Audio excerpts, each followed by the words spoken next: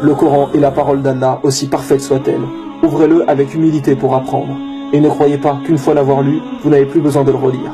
Il contient des miracles et il est la solution de bien des problèmes. Voici les miracles du livre.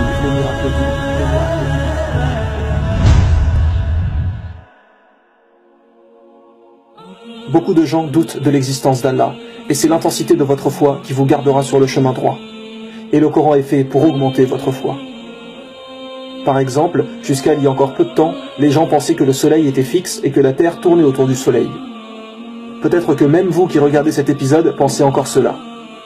Mais en réalité, nous avons découvert récemment que le soleil n'était pas du tout fixe et qu'il se déplaçait dans l'univers d'une manière bien précise. Et on peut tout à fait dire aussi que le soleil tourne autour de la terre, comme on peut dire que la terre tourne autour du soleil. Cela dépend en fait du référentiel choisi, car dans l'espace, il n'y a pas de référentiel absolu. Et ce qui nous intéresse est que pendant longtemps, les gens pensaient que le soleil était fixe. Seulement, dans le Coran, depuis 1400 ans, il est dit que le soleil se déplace et vogue dans une orbite bien précise, comme la science le confirme aujourd'hui. Ce qu'il faut comprendre, c'est qu'avant que la science découvre cela et change son point de vue, les gens auraient pu croire que le Coran avait fait une erreur, puisque la science disait que le soleil était fixe et non le Coran. Et c'est justement dans ces moments que c'est votre foi qui vous maintient debout ou vous fait chuter. Celui dont sa foi est faible aura abandonné l'islam, pensant que le Coran faisait une erreur. Alors qu'en réalité, la parole d'Allah est parfaite, et le Coran ne peut que dire la vérité, tandis que la science, elle, évolue et n'est jamais sûre.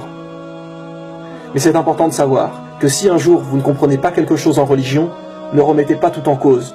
Il y a forcément une explication. C'est simplement que vous ne savez peut-être pas encore la réponse à vos questions. Mais ne remettez jamais l'islam en doute. Car le soleil se déplace bien dans l'univers. Il vous suffit simplement de regarder sur internet pour le confirmer. Et il est dit dans le Coran, chapitre 21, verset 33, « Et c'est lui qui a créé la nuit et le jour, le soleil et la lune, chacun voguant dans une orbite. » Chapitre 55, verset 5, « Le soleil et la lune évoluent selon un calcul minutieux. » Ou bien encore, chapitre 36, verset 40, « Le soleil ne peut rattraper la lune, ni la nuit devancer le jour, et chacun vogue dans une orbite. » Ne doutez pas de la parole de notre Créateur. Louange à Allah, celui qui connaît ce que nous savons et ce que nous ne savons pas. Il faut savoir déjà qu'en langue française, le Coran perd une grande partie de ses miracles. Pourquoi? Car son style linguistique est absolument parfait. Je donnerai des exemples plus tard dans l'épisode pour que vous compreniez mieux. Mais si vous écrivez un poème aujourd'hui avec des rimes à chaque fin de phrase, et ensuite vous le traduisez en anglais, les phrases auront toujours le même sens, mais par contre vous perdrez les rimes. Certains aspects miraculeux du Coran ne sont compréhensibles qu'en arabe. Vous comprendrez plus en détail à la fin de l'épisode. Voici certains petits aspects qui sont également extraordinaires. La sourate Al-Baqarah, qui est la deuxième sourate du Coran et également la plus longue, contient 286 versets. Et si vous regardez au milieu de cette sourate, donc au verset 143, Allah dit « Et nous avons fait de vous une communauté du juste milieu ». Allah emploie le mot « milieu ». Et ce verset tombe pile au milieu de la sourate au verset 143. Et rappelez-vous mes frères et sœurs que les versets du Coran ont été révélés dans le désordre. Vous savez qu'il y a plusieurs noms que l'on donne à Allah, comme par exemple le tout miséricordieux, ou l'audient, le créateur, etc. Un de ces noms est l'unique, qui se dit en arabe Al-Ahad. Eh bien le mot Al-Ahad est écrit une seule fois dans le Coran. Une seule fois, puis il ne revient jamais. Le mot Al-Ahad, qui veut dire unique, est lui-même unique. Le Coran a été révélé sur une période de 23 ans. Combien y a-t-il de chances de ne pas répéter le même mot sur 23 ans de révélation? Imaginez-vous une personne qui délivre un message pendant 23 années. Quelle est la probabilité qu'il soit capable d'éviter d'utiliser le même mot deux fois? Dans le même type d'exemple, Allah dit dans un verset, « Ne médite-t-il pas sur le Coran, s'il provenait d'un autre qu'Allah, ils y trouveraient certes maintes contradictions. » Eh bien le mot contradiction aussi ne revient jamais dans le Coran. Un petit malin qui voudrait vraiment chercher une erreur pourrait dire que si on prend cette phrase au sens littéral de chez littéral, on retrouve le mot contradiction parfois dans le Coran, alors que Dieu dit qu'on ne retrouve pas de contradiction. Mais même le mot en lui-même n'apparaît plus après. Encore une fois, quelle probabilité de ne pas utiliser deux fois le même mot en 23 ans? Cela peut paraître simple, mais rendez-vous compte de la précision des choses. Savez-vous ce que le mot Coran veut dire? La définition même du mot veut dire réciter, quelque chose qu'on récite. Aujourd'hui, quand une musique sort, parfois celle-ci fait le buzz et elle est vue des centaines de milliers de fois, puis très vite on l'oublie et hop, on passe à une autre. Les gens chantent la musique plusieurs fois, puis s'en lassent. Idem pour un film qui marche, il fait un carton et avec le temps, d'autres films le remplacent. Alors que le Coran, depuis plus d'un millénaire, est récité constamment, et aujourd'hui par plus d'1 milliard de personnes. Aucun livre depuis l'histoire de l'humanité a été autant récité. De plus, aujourd'hui, avec le décalage horaire, sachez que l'Aden, qui est l'appel à la prière, est récité 24 heures sur 24. Jamais l'appel à la prière n'est stoppé dû au décalage horaire. Constamment, il est récité sur terre. Quand le prophète sallallahu alayhi wa sallam a donné ce mot, le Coran, comment pouvait-il savoir si celui-ci allait être encore récité dans 1000 ans, si ce n'est par la révélation d'Allah? Même le mot Coran est miraculeux en soi. Tout est parfaitement bien choisi. Prenez n'importe quelle star, avec le temps, on finit par l'oublier.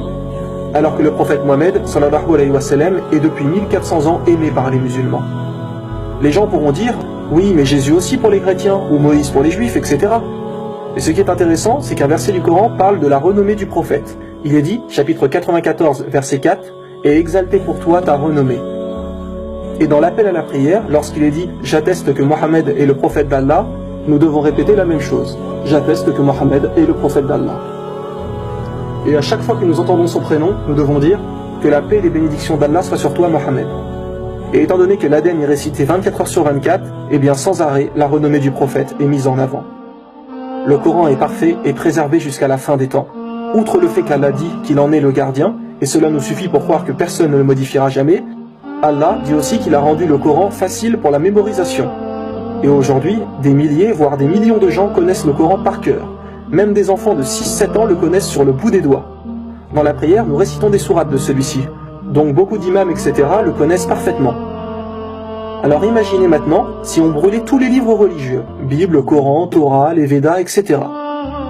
Rien que pour la Bible, il serait quasi impossible de la réécrire parce que peu de gens, voire personne, la connaissent par cœur. De plus qu'il existe des versions différentes, retravaillées et modifiées par l'humain. Donc personne ne se mettrait d'accord. Croyez-vous que vous remettriez les Védas ou la Torah comme cela? Idem, ce serait mission impossible. Et en plus de cela, l'origine réelle de la Bible et des autres livres est confuse. Elles ont plusieurs sources différentes. Mais allez dans une mosquée et demandez aux musulmans de réécrire le Coran, et en une journée, le Coran est de nouveau là. Et mot pour mot, identique à avant. Car si quelqu'un faisait une erreur, il serait immédiatement corrigé par d'autres. Tout comme si vous vouliez faire le malin, et vous amuser un moment à modifier un verset. Votre supercherie ne durera même pas un jour, car elle sera détectée directement par les autres. Les gens récitent le Coran sans cesse, donc personne ne modifiera jamais le Coran. Quand vous avez appris à l'école les grandes révolutions, la Révolution française, la Révolution bolchevique en Russie, etc., vous vous rendez compte que toutes ces manifestations ont changé surtout le régime politique. Mais dans la vie personnelle des gens, cela n'a rien vraiment changé. Alors que lorsque l'islam est arrivé, les gens n'ont pas seulement changé le régime politique qui était à l'époque, mais toute leur vie. Leur manière de s'habiller, leur langage, le comportement avec les gens, ce qu'ils mangeaient, l'hygiène, etc. Et les gens qui proposaient ces idées politiques pour ces nouveaux régimes n'ont bien souvent pas vu ces révolutions durant leur vivant. Ce n'est que des années plus tard que cela est venu. Alors que durant la vie du prophète, sallallahu alayhi wa sallam, tout a changé directement, car il était guidé par Dieu. Ce que nous voulons dire, c'est que, imaginez-vous que votre voisin vienne vous voir et vous dise « Voilà, je suis le messager de Dieu. À partir d'aujourd'hui, tu devras faire tout ce que je dis, car ce que je te commande de faire est la volonté de Dieu. » Allez-vous le suivre, ou alors allez-vous le prendre pour un fou?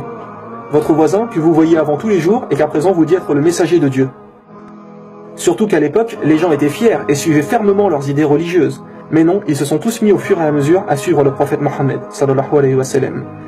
Et ça, mes frères et sœurs, ça ne peut venir que du seul et unique Dieu, le seul capable de cela. Voici un autre miracle du Coran. Allah dit dans un verset, nous avons fait descendre le fer. Alors que pour d'autres choses, comme par exemple les montagnes, il dit, nous avons créé les montagnes. Ou bien, nous avons créé le soleil, nous avons créé la terre. Mais pour le faire, il ne dit pas nous avons créé, mais fait descendre. Et écoutez bien mes frères et sœurs, les biologistes disent que le fer est venu historiquement sur Terre par la descente de météores. Et Allah dit, chapitre 57, verset 25, nous avons fait descendre le fer, nous avons fait descendre le fer, nous avons fait descendre le fer. À savoir que le fer ne peut être créé sur Terre. Même l'énergie dégagée par le soleil, qui atteint 386 millions de mégawatts, ne peut former le fer. Alors d'où vient-il ? Après des études approfondies, il s'est approuvé aux savants que cette matière, le fer, ne peut être formée que dans les immenses étoiles dépassant notre soleil plusieurs fois, et dans une étape particulière de la vie de ces immenses étoiles, appelée la supernova. Au moment de l'explosion de ces dernières, la matière s'accumule fortement. Cette fusion nucléaire continue et forme par la suite le fer. Et la Terre contient environ 35,9% de fer de sa masse. Allah nous a préparé la Terre par le fait de descendre sur elle une grande quantité de fer. Actuellement, les planètes du système solaire sont des planètes gazeuses inadaptées à la vie. Pour cela, le fait de descendre cette quantité de fer porte une sagesse divine, grâce à qui notre planète est habitable. Nul ne savait cette vérité du fer avant l'exploration de l'espace. Qui, il y a 1400 ans, pouvait connaître cela et savoir que le fer venait du ciel? La parole humaine n'est pas nécessairement calculée au mot près. Le speech humain ne fait pas attention à utiliser le mot le plus parfait possible. Mais Allah, si. Le Coran est incroyablement précis dans son langage.